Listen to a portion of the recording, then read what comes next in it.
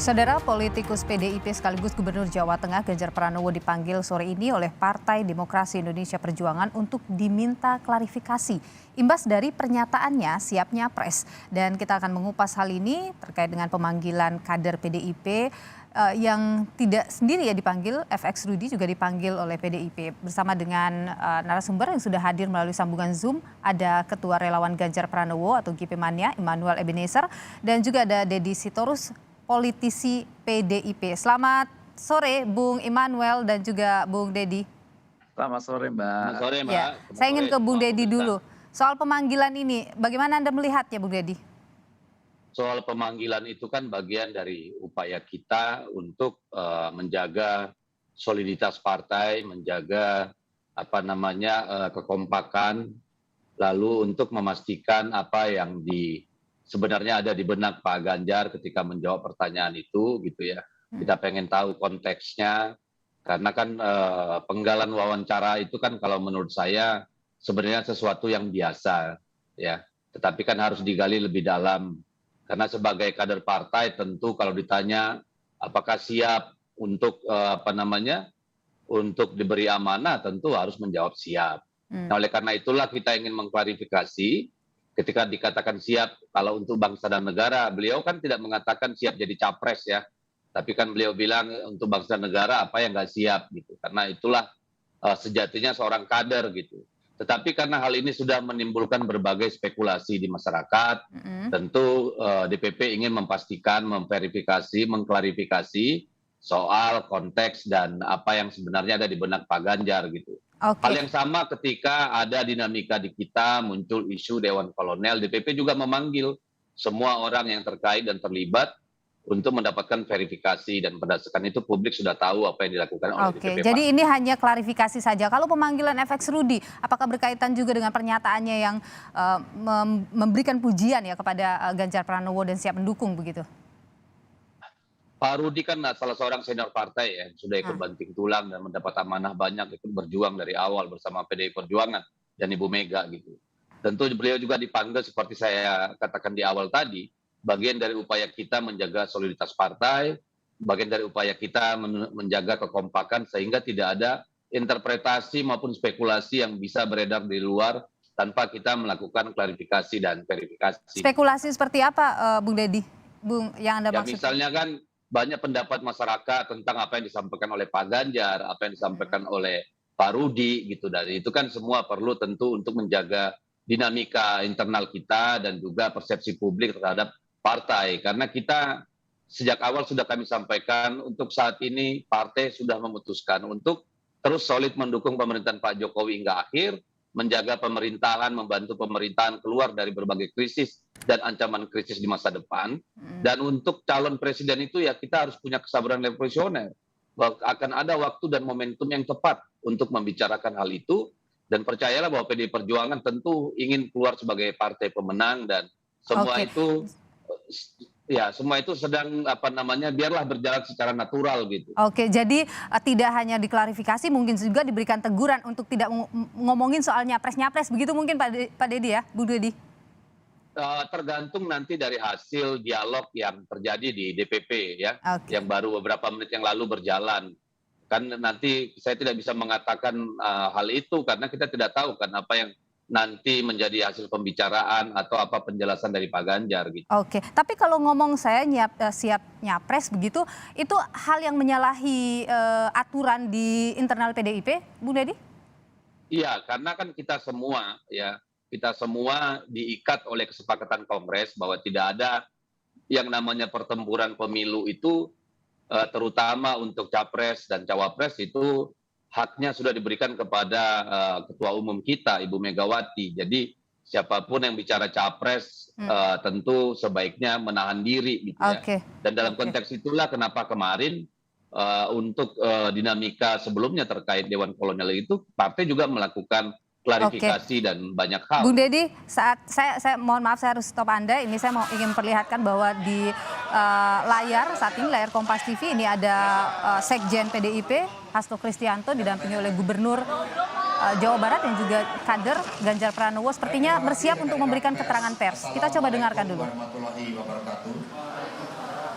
Salam damai sejahtera untuk kita semuanya. Om Swastiastu, Namo Buddhaya, salam kebajikan, rahayu. Terima kasih. Selamat datang di kantor DPP PDI Perjuangan. Sudah lama tidak datang dengan rombongan wartawan sebanyak ini. Jadi kalau teman-teman lihat di kantor DPP ini makin asri. Tanamannya makin hijau royo-royo, bunga-bunganya dirawat dengan baik. Sehingga dari taman yang ada di kantor partai ini pun menggambarkan komitmen PDI Perjuangan di dalam mewayu hayuning bawono. Jadi kalau taman-taman saja dirawat, apalagi anggota dan kader PDI Perjuangan. Nah, merawat kader ini dalam perspektif yang positif itu dengan melakukan pendidikan politik, kaderisasi, penugasan-penugasan di lapangan, digembleng lagi di sekolah partai, ditugaskan di struktur eksekutif dan legislatif partai. Tetapi ada perspektif lain, yaitu penegakan disiplin partai.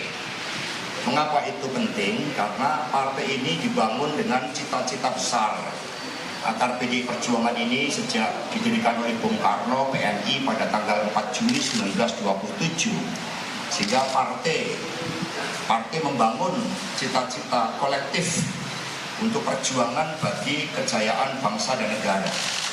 Sehingga mereka yang berpartai, anggota dan kader yang bergabung di PDI Perjuangan, itu prinsipnya sukarela. Karena emotional bonding. Karena menyatukan diri dengan cita-cita yang lebih besar itu. Untuk itu, Kongres kelima partai telah memutuskan PDI Perjuangan sebagai partai pelopor. Partai pelopor ini partai yang berdisiplin dalam teori, disiplin dalam ideologi sebagai hal yang paling penting dan mutlak, disiplin dalam organisasi, disiplin di dalam menjalankan platform partai, dan disiplin di dalam pergerakan ke bawah. Ya, karena itulah tugas sebagai partai pelopor ini terus dibangun. Fungsi penegakan disiplin dijalankan bagi seluruh anggota partai tanpa kecuali. Semua ada equal treatment, itu tadi yang disampaikan oleh Bapak Komarudin Watubun.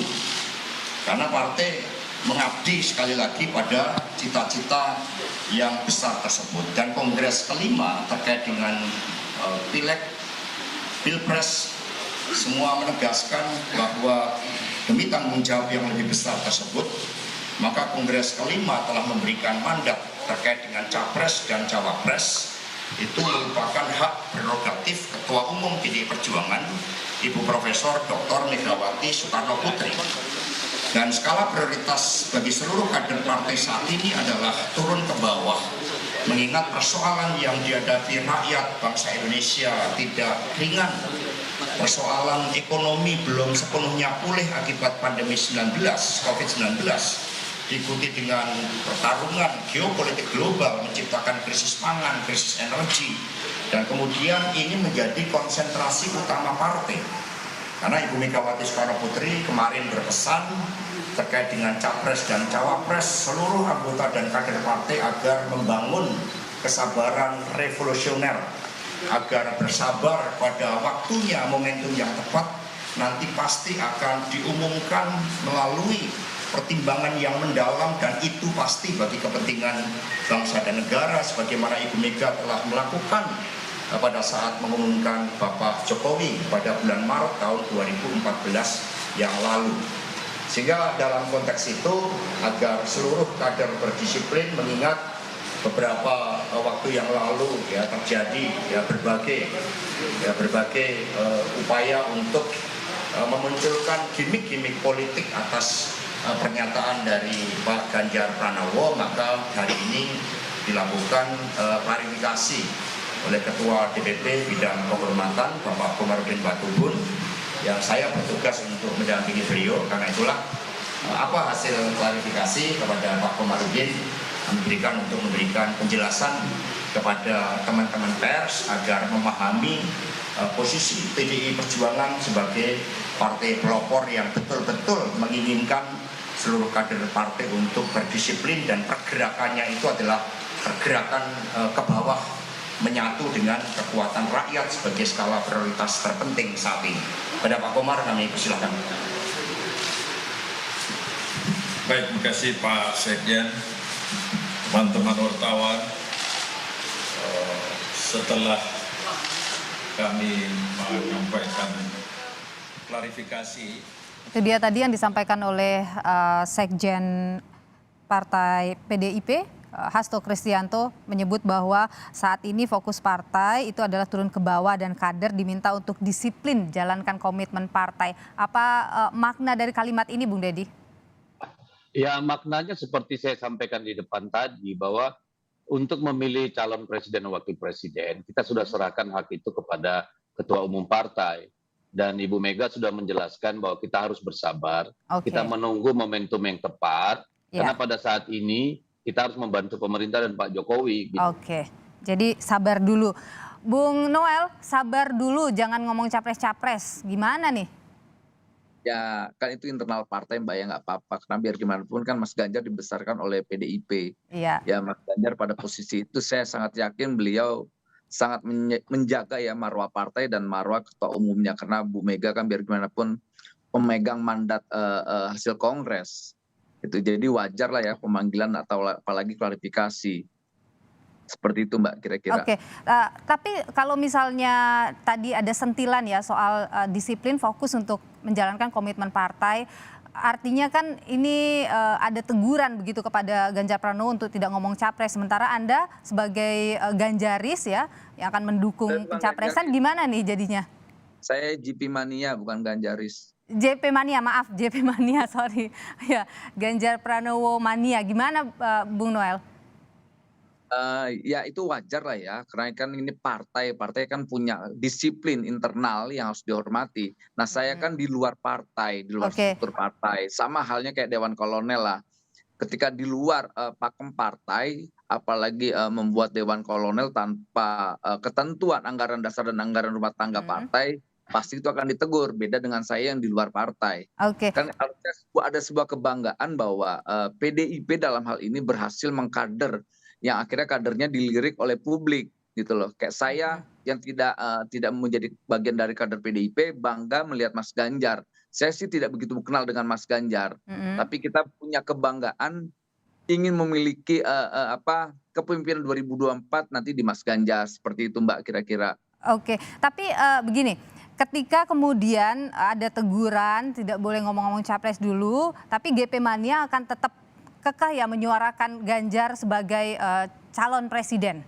Ya, kita tidak akan karena kita bukan di struktur partai, kan yang diperintahkan struktur partai. Jadi nggak ada masalah dengan hal seperti itu ya? Nggak punya problem kita nggak punya problem dan kita juga tidak punya beban. Tapi saya yakin lah, Bu Mega dan PDIP apalagi dengan slogan hat-trick 2024 menang, pasti tidak mau ngambil salah keputusan lah ya pasti. Apalagi Mas Ganjar kan sampai detik ini pasca kemarin tanggal 18 kemarin menyampaikan ke publik pernyataan sikap politiknya, walaupun itu hanya pertanyaan dan dijawab oleh Mas Ganjar, siap tidak untuk nyapres 2024, itu kan pertanyaan. Kemudian Mas Ganjar pertanyaannya kan siap buat negara dan bangsa ini gitu. Jadi itu pertanyaan politik yang selama ini ditunggu oleh publik dan rakyat. Dan itu sejalan dan sebanding dengan apa yang disampaikan oleh Sekjen PDIP, Mas Hasto. Artinya apa yang disampaikan Mas Ganjar itu tidak melanggar ketentuan partai. Dan itu ditegaskan berkali-kali oleh Mas Hasto ya. Setelah tanggal 18, 19, 20 itu disampaikan oleh Mas Hasto sebagai Sekjen PDIP yang mewakili institusi partai itu sendiri. Ya, meskipun kemudian akhirnya dipanggil dan dimintai klarifikasi ya, Bung Noel ya. Ya kalau dipanggil kan wajar, yang mereka kader partai kan tidak ada ini. Kalau yang lain kan ditegur di SP3, kemudian Mas Rudi juga dipanggil. Nah kalau Mas Ganjar tidak kan dipanggil, cuman minta klarifikasi. Saya dapat undangannya itu pemanggilannya, saya dapat juga itu. Ya, permintaan klarifikasi. Panggilannya, klarifikasi kok. Jadi hal yang wajar lah. Sama halnya kayak tadi disampaikan Mbak juga tadi. Mungkin ada pertanyaan-pertanyaan emang udah siap gitu, tapi kan saya tidak tahu isi pertemuannya apa, jadi kita juga tidak bisa mengambil sebuah kesimpulan.